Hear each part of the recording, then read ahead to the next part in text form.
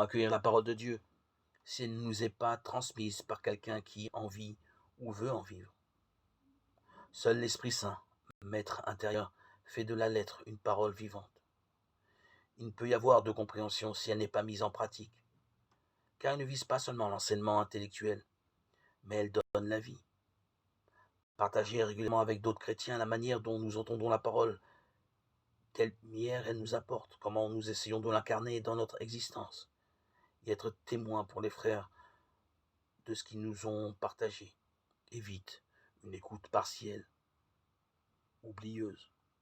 Au contraire, la parole devient de plus en plus nourrissante, lumineuse. Que le Seigneur nous accorde de croire avec le cœur, de professer avec la bouche, de manifester par nos œuvres que l'alliance de Dieu est dans notre chair, afin que les hommes voient notre bonne œuvre et glorifient notre Père qui est dans les cieux.